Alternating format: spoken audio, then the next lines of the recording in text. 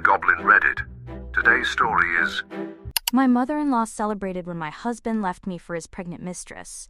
9 months later, a DNA test changed everything, and now they both show up at my door crying. 9 months ago, my husband Tate came home one night and confessed something that would change our lives forever. He told me he was having an affair with an intern at his company. As if that betrayal wasn't painful enough, he went on to tell me that she was pregnant with his child. When I heard those words, it felt like I had been hit by a truck. The air left my lungs and I was paralyzed, unable to process what I had just heard. In an instant, my whole world fell apart. I should explain that I am infertile. It is a reality that I accepted a long time ago. The truth is that I never had the desire to be a mother. It was not something I dreamed of or longed for in my life. When Tate and I started our relationship, I was completely honest about this situation. I didn't try to hide it or sugarcoat the truth. I told him straight away, and at the time, he seemed to understand perfectly. He assured me that he didn't want children either, and that he was completely satisfied with the idea of it being just the two of us. I believed him. I put all my trust in his words. The first time I met Tate's family, it became painfully clear that they didn't like me, especially his mother. She made no effort to hide her disapproval of me. To her, I represented everything she couldn't tolerate in a woman. I had a professional career, I was independent, and, to make matters worse, I didn't want to have children. My values clashed head-on with her traditional view of the world. From the beginning, my mother-in-law strongly resisted the idea of me being part of her family. I was systematically excluded from family gatherings, as if she pretended that I didn't exist. Every time Tate tried to include me in an event or take me with him, she would start an argument and shame him for being with someone like me. I particularly remember one episode that still pains me deeply. It happened when Tate took me to his cousin's engagement party. By then, we had been dating for 2 years, so I felt I had earned some right to be part of his family circle. Many of Tate's cousins and other relatives had heard of me or seen our photos on social media, but few had met me personally. When I arrived at the celebration, Tate's extended family was polite and made an effort to get to know me. They asked me questions, they talked to me, and they treated me with relative warmth. But my mother-in-law was a different story. She spent the whole evening making indirect comments and dropping hints that made it clear how much she detested my presence at the party. At one point in the evening, she began to talk enthusiastically about Tate's cousin and his fiancée. She was commenting out loud on how lucky they both were to have found each other. She described their relationship as perfect, and as she said it, she looked pointedly at Tate and me, emphasizing with her gaze how important it was to find someone truly compatible. Her tone made it clear that she did not consider me the right person for her son. She kept repeating phrases like, "I just hope my son finds someone as perfect for his needs soon." As you can imagine, her comments created an uncomfortable atmosphere for everyone, including Tate's cousin who tried to defend me. The cousin's girlfriend looked directly at my mother-in-law and reminded her that Tate had already found someone, me, and that we had been happily dating for quite some time. But my mother-in-law dismissed the comment with a dismissive laugh, saying, "Well, nothing is set in stone, they're just boyfriend and girlfriend for now. There's still time for him to find someone much better than her." Hearing those words was deeply humiliating and infuriating. "Just boyfriend and girlfriend," she said, as if Tate and I were a casual fling. In reality, we were already living together at the time. We had built a shared life and home. Her words made it clear that, in her eyes, none of that had any value. I couldn't bear it any longer. I got up to leave the party. I didn't make a scene or draw attention to myself unnecessarily. I told Tate he could stay if he wanted to, because I didn't want to ruin his cousin's engagement celebration. But I couldn't stay there another minute. I called an Uber and left quietly, holding back tears all the way home. Later that night, when Tate returned, I thought he would understand how I felt. On the contrary, he was furious with me for leaving the party without him. He told me that his cousins had told him what his mother had said. However, he didn't think it was a good enough reason for me to leave. He went on to tell me that I should develop a thicker skin and not let words affect me so easily. I argued that what his mother had said to me was demeaning and disrespectful. However, Tate played it down, insisting that he had spoken to his mother and she had assured him that I had simply overreacted. According to him, it had been just a harmless comment. Besides, she had been a bit drunk and hadn't realized that I would be so sensitive about it. That was the last straw. I told her exactly how I felt. Her mother knew exactly what she was saying, and it wasn't the first time she had treated me like this. From the day we met, she had been cold, dismissive, and frankly rude. She had never shown me the slightest respect. She didn't include me in Christmas or New Year celebrations, or even family holidays. She constantly acted as if I wasn't good enough for her son. I reminded Tate of all the ways she had excluded me and made me feel unwelcome over the years. This was not a single slip-up or a harmless comment, but part of a pattern, a prolonged behavior designed to belittle me and make me feel unworthy of being part of his family. I told him straight that his mother needed to change her attitude and start treating me with the respect I deserved. She wasn't just some woman I was casually dating. We were a serious couple. We shared a home and we were building a future together. If I was important to him, he needed to make that clear to his mother. I wasn't going to put up with being disrespected or treated as if I didn't matter anymore. It was time for him to stand up for me and make her understand that I wasn't going anywhere. Tate hesitated at first when I insisted that he address the situation with his mother, but after seeing how clear and firm I was, he finally spoke to her. Unfortunately, that conversation did not lead to an apology. Instead, she remained intransigent, categorically insisting that he should break up with me and find someone more suitable. After that episode, Tate and I made a joint decision. I decided that I would no longer interact with his mother unless it was absolutely unavoidable. From then on, we spent Christmas and family holidays with my side of the family instead of hers. On the rare occasions when I attended his family events, Tate made sure to keep his mother away from me, protecting me from her negativity. It wasn't an ideal solution, but at least it allowed us to set boundaries and maintain some semblance of peace. Despite this difficult relationship with his mother, Tate and I moved forward in our relationship. We got married, and the last 4 years of our marriage were wonderful. We weren't just a couple, we were best friends. When Tate wanted to start his own business, I was unconditionally by his side. I believed in him completely and used all my savings to help him and his business partner get off the ground. It wasn't easy, but we worked hard together to build something meaningful. Eventually, he paid me back every penny, and we continued to build our life together. We bought a house, established a solid financial foundation, and started saving for our retirement. For years, I considered our marriage unbreakable. I never had a single doubt about our commitment to each other. Then, 9 months ago, everything suddenly changed. Tate confessed to me that he had been having an affair. It was already devastating to hear that he had betrayed me by being unfaithful, but the situation turned out to be even worse. His lover was pregnant, and to my surprise, Tate seemed genuinely excited about the news. He explained how, initially, the news of the pregnancy had scared him, but that over time he had come to accept it and was now embracing the idea of becoming a father. I was furious and completely shocked by his confession. My parents were also outraged when they found out. They couldn't believe that the man with whom I had built a life had done something so devastating. On the other hand, Tate's family, predictably, tried to defend his actions. Although some showed some sympathy for me, most sided with him and went out of their way to justify his behavior. Finally, I filed for divorce. He moved out of our house and, to no one's surprise, found a place to live with his mistress. Watching everything I had built with him crumble away while he moved on so easily was like twisting a knife that was already deeply embedded in my heart. The divorce process was exhausting, but what made it much more painful was his mother's attitude.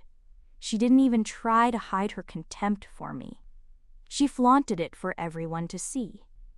One day, while we were still finalizing the divorce, Tate's mother shamelessly posted on her Facebook page about how she was finally going to have her perfect daughter-in-law and how proud she was of her son for giving her a grandchild. She didn't care how much damage her words could cause or how inappropriate it was to celebrate a situation that had caused so much pain. Some members of her family did criticize her in the comments. They berated her for her cruelty, pointing out that Tate had cheated on me and highlighting how insensitive it was to post something like that while we were still going through a divorce.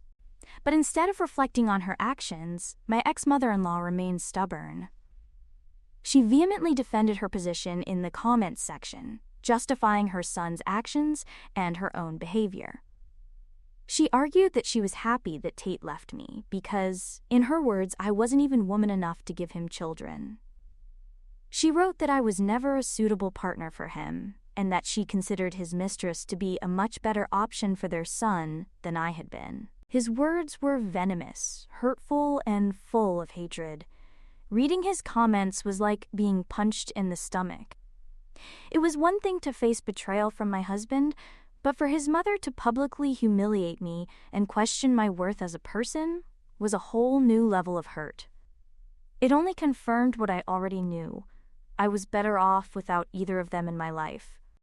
Eventually, Tate and I finalized our divorce, and I moved on with my life. I blocked him on all platforms, cut off all contact, and never felt the need to find out what he was up to. There is no place for someone like him in the new life I have built for myself. Occasionally, he still tries to communicate by email. Every now and then, I receive a message saying that he misses me or remembers our time together, only to follow it up the next day with another email claiming that he was too drunk and did not intend to send the previous message. Whatever the case, I have never bothered to reply to him. Last week, one of Tate's cousins contacted me. Despite everything that has happened, some of his cousins have always been kind to me. They contact me occasionally, and I appreciate their gestures. This particular cousin informed me that Tate and his lover had finally welcomed their son, the fruit of their affair. She mentioned how Tate's mother was absolutely ecstatic, bragging to anyone who would listen about her new grandson. However, it seems that the rest of the family have not been so enthusiastic in the celebration. According to the cousin, many of them are still upset with Tate and have not forgiven him for the way he handled the situation or for the hurt he caused me. I heard what she told me, but I didn't feel anything in particular. I have turned the page on that chapter of my life, and I am no longer interested in the drama surrounding Tate or his family. I expressed this to her and assured her that she and the rest of the family should do what they felt was right, regardless of the infidelity. The baby is innocent and deserves to be loved and supported by his family. I have made my peace with what happened, and although I will never condone Tate's actions, I wish no harm to the baby or anyone else involved. Life is too short to hold grudges or live in the past. However, just today Tate sent me another email, this time unusually long. In it, he wrote that he had been thinking about us and wanted another chance with me. He went on to explain how, even after our divorce, he was still in love with me and had not yet managed to move on. Reading this left me completely stunned. How could he possibly say these things now? He had just had a baby with his mistress. As usual, I simply rolled my eyes and ignored the email. There was no point in replying to him, but not even an hour later, I received a direct message on my Instagram. I have blocked Tate on all platforms, including Instagram, but apparently he has created a secondary account and sent me a message request through it. The message was desperate, practically begging me to unblock him on my phone so he could talk to me. He claimed to have something very important he needed to tell me. The most frustrating thing, however, was how he tried to make me feel guilty, saying that I was being really cruel by not responding to his multiple attempts to communicate. At this point, I don't know whether to laugh at his audacity or feel angry at his lack of respect for my boundaries. He was the one who made the decisions that brought us here. He was the one who destroyed the trust between us. Yet now, after everything, he is trying to present himself as the victim, as if I owe him my time, energy, or forgiveness. Honestly, it's disturbing. Am I the bad person if I don't reply to my ex after everything he has put me through? Update 1. When I came to Reddit for advice, I didn't want to imply that I was seriously considering replying to him. Deep down, I already knew I didn't want to. After everything he's done, it's clear to me that responding to him would be a mistake. But I guess because of the intensity of his attempts at communication, Between the long emails and now the Instagram message, it made me stop and question myself for a moment. A small part of me wondered if maybe, just maybe, I should listen to him. Maybe there was something really important he needed to tell me. However, after reading all the comments here, I have been reminded of exactly who my ex is and the countless warning signs he has shown me over the years. His responses have been a wake-up call, reinforcing what I already knew in my heart. There is no reason to devote my time to him. Tate has shown me through his actions that he has no respect for me, for my boundaries, or for the life I have built since our divorce. Why should I give him the opportunity to drag me back into the chaos he created? I have decided to do what I always do in these situations: ignore him. I will block his new account, just as I blocked everything else he has used to try to contact me. If he creates another account, I will block that one too. I refuse to allow him to manipulate me into giving him even a second of my time or energy. My life has moved on, and so have I. It's time for him to accept that and stop trying to drag me back into his drama. Update 2. It's been 2 weeks since my last update. Get your popcorn ready and take a seat because the information I have to share is going to surprise you all.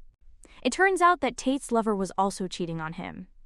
And that baby she got pregnant with? It's not even Tate's. When the little one was born, Tate began to notice that the child did not have any of his physical features. Something didn't seem right to him, so he decided to take a DNA test to be sure. As he suspected, the results confirmed that the baby is not biologically his. I can only imagine how he must have felt at that moment. All that excitement about becoming a father, all the sacrifices he made, all the bridges he burned, and for what? A lie? And let's not forget his beloved mother, the self-proclaimed drama queen. She had been strutting around, bragging to anyone who would listen about how she was finally getting her perfect daughter-in-law and her first grandchild. She had filled her social media with posts celebrating the pregnancy and the upcoming addition to her family. But as soon as the truth came out, she was left alone with her shame. She silently deleted every pregnancy announcement and all baby-related posts from her social media. Honestly, the whole situation is laughable. Now it makes perfect sense why Tate has been trying so desperately to get in touch with me lately. He realized how stupid he was to leave me for someone who not only betrayed him, but also lied to him about the paternity of the baby. He divorced me, moved out, and thought he was moving on to a better life, only for it all to fall apart around him. It's almost poetic, really. He acted irresponsibly, and now he's left with only the consequences of his bad decisions. Meanwhile, I'm here living my life, free from his drama and problems. It's like karma has been working overtime, and honestly, I can't even feel sorry for him. I found out about everything that has been happening through Tate's cousin, who was more than willing to share the news with me. She told me how she and the rest of the family have been laughing discreetly at Tate and his mother's expense.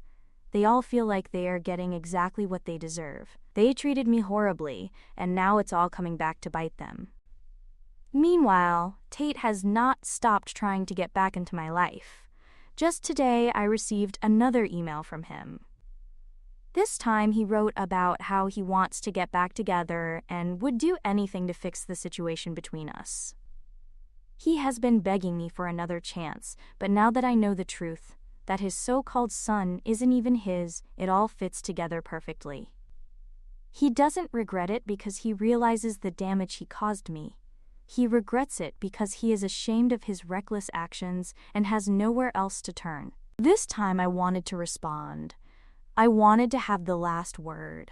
I couldn't let him think he could just walk back into my life after everything he'd done. So I wrote to him, pointing out how ridiculous his sudden apologies were. I told him that I knew exactly what had happened, that the baby wasn't even his, and how I was aware that that was the real reason he was trying to crawl back to me. I told him that I don't pick up any trash once I've thrown it away, and that's exactly what he was. Something I threw away in the past and had no intention of taking back. I also told him that he and his lover deserved each other. They had made their choices, and now they would have to face the consequences. In the end, I wrote to him that he should stop communicating with me, as I was getting tired of seeing his name pop up when I wanted nothing to do with him. Honestly, I found it funny that he had the audacity to think that I would want to get back with him after all. Since leaving Tate, my life has improved tremendously. No more stress, no more lies, no more toxic drama. I am finally living the life I deserve, and I will not allow him or his family to drag me back into their chaos. Tate and his mother deserve every ounce of humiliation they are going through now. They put me through hell, and now it is their turn to face the consequences of their actions. Update 3. You know what? After sending that reply to Tate, my ex-mother-in-law tried to contact me. The same woman who spent years ignoring me and making me feel invisible suddenly sought to communicate with me. Yes, that woman who never bothered to show me respect when I was with her son was now calling me because she wanted to talk. She had the audacity to call me to tell me how sad Tate is at the moment, after discovering the truth about the child's paternity. She went on to explain that he has become even more depressed now that he has seen how I have rejected all his attempts at reconciliation. I didn't even let her finish her speech. I interrupted her and made it clear that it wasn't my problem whether Tate was happy or sad. I told her straight out that she had no right to call me to tell me these things. Why should I care about his feelings after everything he and his family put me through? It was then that my ex-mother-in-law started to argue that Tate had always been in love with me, and that she was wrong for not having realized it before. She even went so far as to beg me to consider getting back together with him to see if we could rekindle something between us. It was almost comical how she tried to play the role of a concerned mother after years of treating me as if I didn't matter. I almost felt nauseous listening to all this from her. How could she have the nerve to approach me now after everything? She and Tate thought they could just waltz back into my life after everything they'd done, as if I'd forgotten all the disrespect and the damage caused. Honestly, I didn't even know how to respond to her.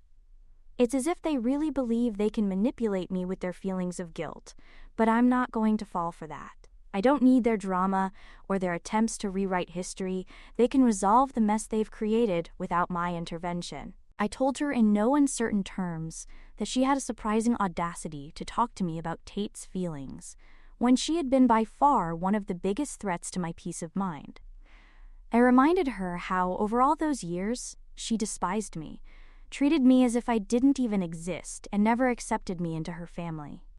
She was the last person who should be asking me to take her son back, no matter what he was going through. Of course, he tried to defend himself by claiming that he always felt Tate could find something better, but now he had recognized his mistakes. He continued to apologize over and over again, insisting that I was the only one who made his son happy, and that he truly regretted everything he had done. Honestly, it made me feel sick. After years of disrespect, now he was suddenly trying to act like he cared. It was all too little, too late. I couldn't help but make fun of his apology. I told him that I was glad he had finally found the courage to apologize, a word he had never been willing to address to me before, but honestly, it didn't matter anymore. I made it clear that I was done with her and done with her son. I had moved on with my life, and I wasn't going to let myself be dragged back into their mess. Tate needed to find someone else to be his partner because I wasn't going to be his shoulder to cry on anymore. It was over. In response, my ex-mother-in-law called me insensitive for refusing to get back with Tate. She tried to argue that I should be grateful that he was man enough to take responsibility. According to her, it wasn't his fault that his lover had cheated on him. I couldn't help but laugh at how absurd it sounded.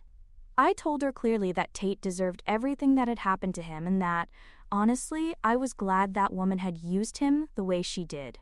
He got exactly what he deserved. Of course, she continued to try to convince me, trying to manipulate me into feeling sorry for Tate and thinking that he had somehow changed. But by then, I had finished listening to her. I simply ended the call and blocked her. I wasn't going to waste another second on her or her son's drama. Since then, Tate has been trying to get through to me. He's been messaging me from multiple new accounts, begging me to at least listen. Apparently, he thinks I'm being cruel by deliberately ignoring him.